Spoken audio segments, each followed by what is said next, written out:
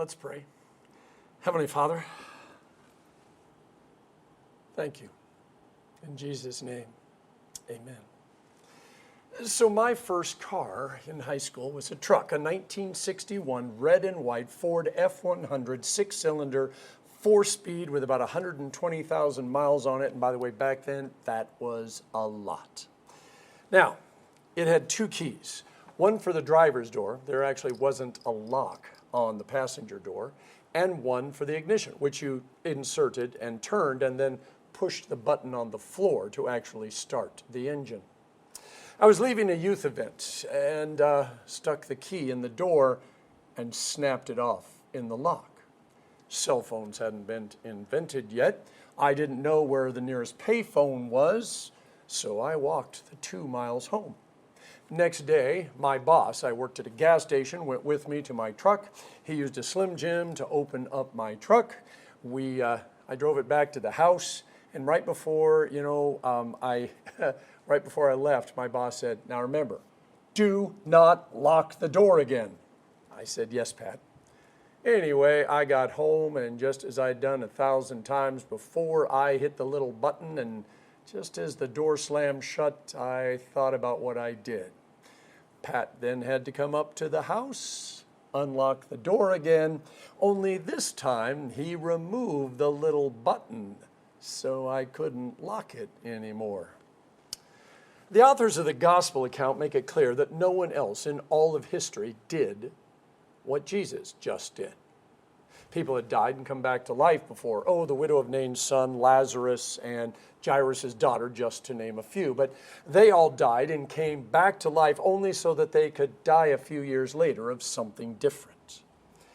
Jesus went one-on-one with the king of death and beat him.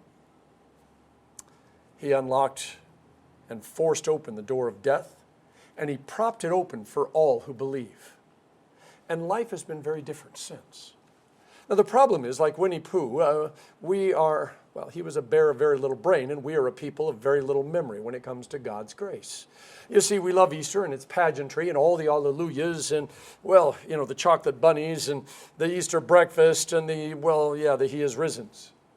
But Monday, the alleluias begin to fade. We've eaten all the chocolate bunnies and eggs, and we go back to a world where children are dying in the cancer wards of hospitals. Natural and unnatural disasters leave millions without shelter and food. Relationships are broken. Families are splintered. Communities divided. And the future is very, very fuzzy. And we can feel death's door starting to close again. As disciples of Jesus, and perhaps especially as Lutherans, we know a lot about God. The Bible, the Catechism, the liturgy, the hymns, and all 53 of Luther's volumes. When somebody asks, what does this mean? We're very quick to respond, we should fear, love, and trust in God, and then we fill in the blank. But knowledge is not enough. The truth is, we get to decide what Easter is. Now, we don't get to decide if Jesus rose from the dead. He did. But we get to decide what Jesus rising from the dead means to us. See, Jesus showed up. He unlocked heaven for us. He pushed that door wide open. The question is, can we keep from pushing that little button down and locking ourselves out again? So our text for today is unique. People laying the sick and dying out in the street. So as the Apostle Peter walks by, his shadow might fall across them and heal them. And the whole no one dared try to join the believers when they were meeting is because the verses immediately before are about Ananias and Sapphira, who were struck dead in the worship service because they lied to Peter and the church about their offering. Add to that the gossip that the people of the way, as the church was first known as, were cannibals who were eating and drinking the body and blood of Jesus. And that's where his body really went, some people think. You can see how misunderstood the early church was and why people were afraid of it. Most of us have friends who are not only not churched, but have never been churched. This is really one of the first generations where we have a large number of individuals who, the only thing they know about the church is what they've seen on TV and in movies and read about in social media. Some of it's fact, some of it's fiction. But the biggest problem is they don't know Jesus. I want you to think about your conversations with them. What do you think they think about communion, prayer, offerings, worship, baptism. Take it a step further. What do you think they think being a Christian is? Why are you a Christian? What does being a Christian give you? And what's the purpose? I have nothing to offer God except my faith.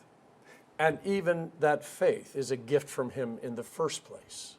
I want to believe, but often I want to believe by understanding things, explaining things, trusting in my own power of reason over and against faith. And that brings a great tension to my life. Now, would I be willing to take someone I love, someone who is suffering from some terrible disease that the doctors have given up on, and lay them in the street, hoping that as a pastor walked by, the pastor's shadow would pass over them and they would be healed? Can I believe that water washes away sins, that bread and wine become the body and blood of Jesus? The broken, prodigal people in the church really are the body of Christ. That the person next to me in the pew is actually a unique and unreproducible miracle of God, even though he's checking the baseball scores during worship, sings off key, and was raised Baptist or Catholic or Pentecostal. See, the church is not a group of people who all believe the exact same things. Now, that is the goal, but it ain't going to happen until we get to heaven. See, the church is a group of people caught up in a story, and that story is 100% about Jesus. We're drawn into that story in the life of Jesus as the Holy Spirit works in our heart, our mind, and our soul to deepen our relationship with God and our relationship with one another to the point where we no longer see God and heaven and theology in the church from our perspective, but finally see it from God's perspective, which is the only perspective that really matters. See, that's when we become one, as the Father and the Son are one. Jesus' prayer in the Garden of Gethsemane.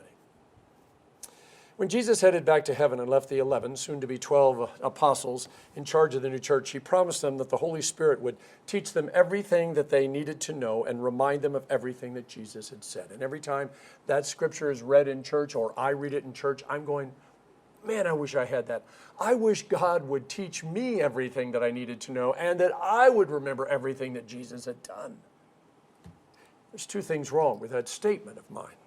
First is, God has promised if we ask, He will tell us everything we need to know. Not everything we want to know, but everything we need to know. The reason we don't ask is plausible deniability. You see, we don't want to know the truth because then, well, we'd feel like we'd actually have to do whatever God expected of us.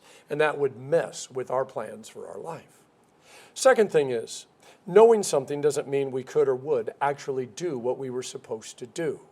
See, there are a lot of things that I know that I'm either afraid to do or just stubbornly refusing to do, even though I know I should. Now, Christianity isn't like people believing in Santa Claus, the Easter Bunny, and Superman because it's our culture and our economic necessity.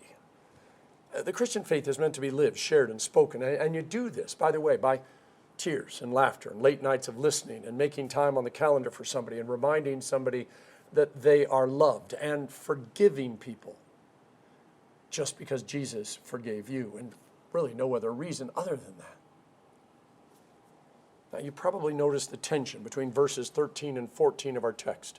No one else dared join them, even though they were highly regarded by the people. Nevertheless, more and more men and women believed in the Lord and were added to their number. First, they're afraid of them, and no one dares join them. Then more and more are joining them. C.S. Lewis noted in his work, A Grief Observed, which is his discussing the grief over the loss of his wife. It's an amazing book, and by the way, if you have lost someone you love, I highly recommend it.